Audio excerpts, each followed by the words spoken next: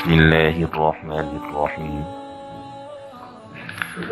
وَأَنِيبُوا إِلَىٰ رَبِّكُمْ وَأَسْلِمُوا لَهُ مِن قَبْلِ أَن يَأْتِيَكُمُ الْعَذَابُ ثُمَّ لَا تُنصَرُونَ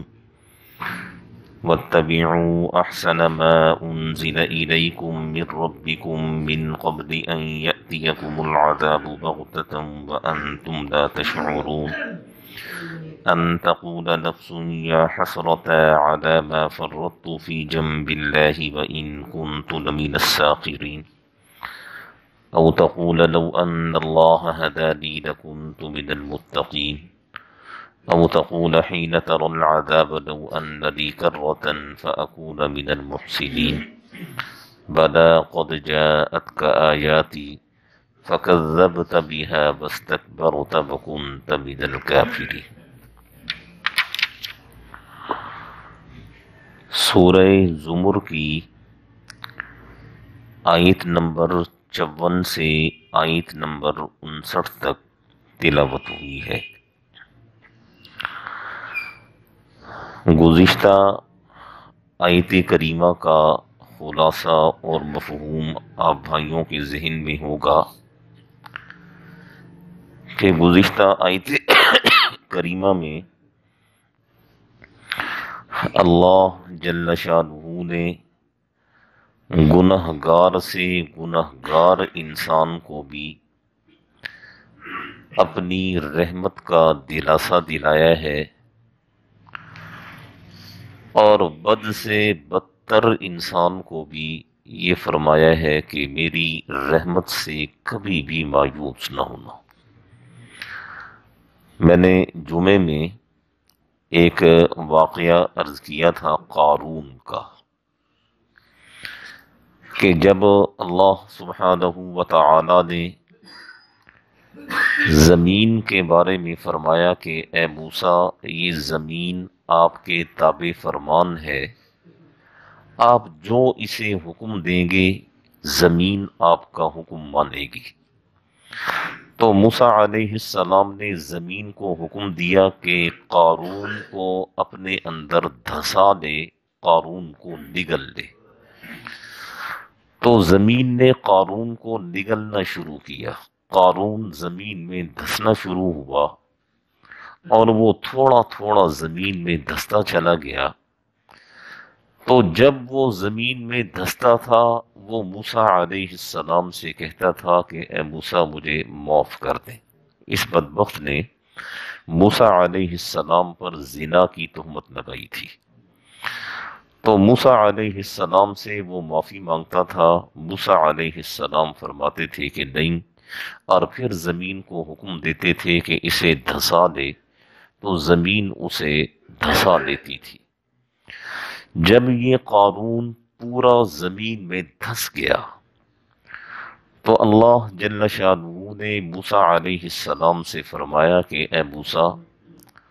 بڑا سخت دل ہے آپ کا،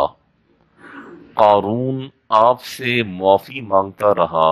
اور بار بار مانگتا رہا لیکن آپ نے اسے معاف نہیں کیا۔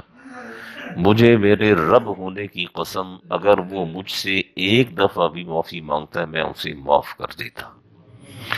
گنہگار سے گنہگار بندوں کو بھی رب نے اپنی رحمت کی امید دلائی ہے، اپنی رحمت کا دلاسا دیا ہے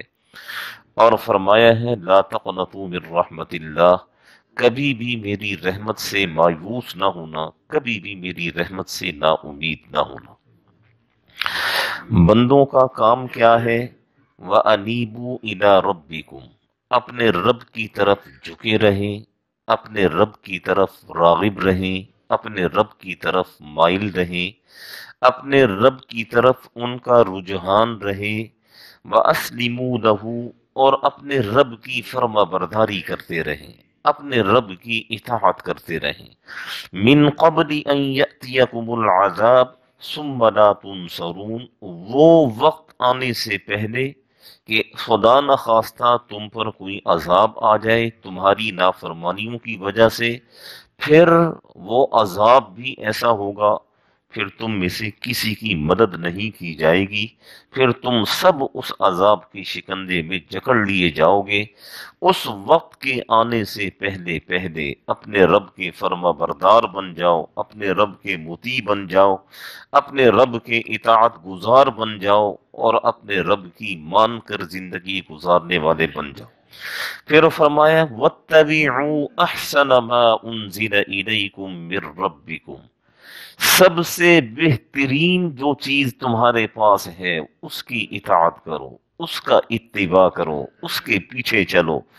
اور وہ بہترین چیز ما انزل الیکم من ربکم، تمہارے رب نے آسمانوں سے اتاری ہے، اور اس کا نام قرآن مجید ہے، اس کا نام کلام ربی ہے، اس کا نام کلام اللہ ہے۔ صحابہ کرام میں سے ایک صحابی رضی اللہ عنہ کے بارے میں آتے ہیں کہ وہ جب قرآن پڑھا کرتے تھے تو ان کی آنکھوں سے آنسو جاری ہو جاتے تھے، اور وہ جس چیز پر بھی وہ کلام لکھا ہوا ہوتا تھا، چمڑے پر یا درخت کی چھال پر یا کسی بھی چیز پر، تو وہ اسے اٹھا کر یوں اپنے چہرے پر لگاتے اور کہا کرتے تھے ہذا کلام ربی، ہذا کلام ربی، یہ میرے رب کا کلام ہے، یہ میرے رب کا کلام ہے، یہ میرے رب کا کلام ہے۔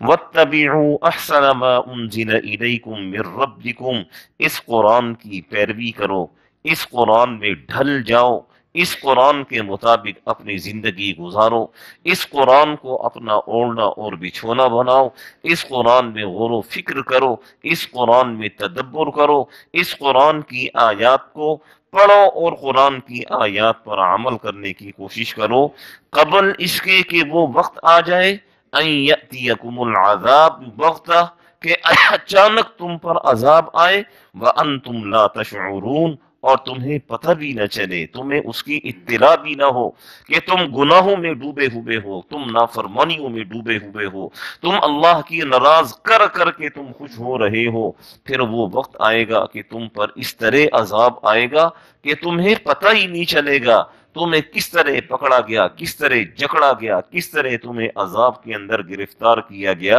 اس چیز کا پھر تمہیں پتہ بھی نہیں چلے گا۔ ان تقول نفس یا حسرۃ علی ما فرطت فی جنب اللہ، وہ وقت آنے سے پہلے پہلے سدھر جاؤ کہ جب تم یوں کہو کہ ہائے افسوس، ہائے افسوس، ہائے افسوس، میں نے اللہ کے حق کو مارا ہے، میں نے اللہ کے حق کو صحیح معنی میں ادا نہیں کیا، اور اب میں ساخرین، گھاٹا اٹھانے والوں میں سے ہو گیا، نقصان اٹھانے والوں میں سے ہو گیا۔ اور اس وقت کا یہ کہنا او تقول لو ان لی کرہ، کہ کاش کہ میں راہ راست پر آ جاتا، میرا رب مجھے ہدایت عطا کر دیتا، میں سیدھے راستے پر آ جاتا، لکنت من المتقین، اور میں بھی متقی اور پرہیزگار لوگوں میں ہو جاتا۔ اس وقت کی یہ خواہشات، یعنی مرنے کے بعد یہ خواہشات، یہ انسان کے کسی کام نہ آئیں گی۔ یا او تقول حین تر العذاب،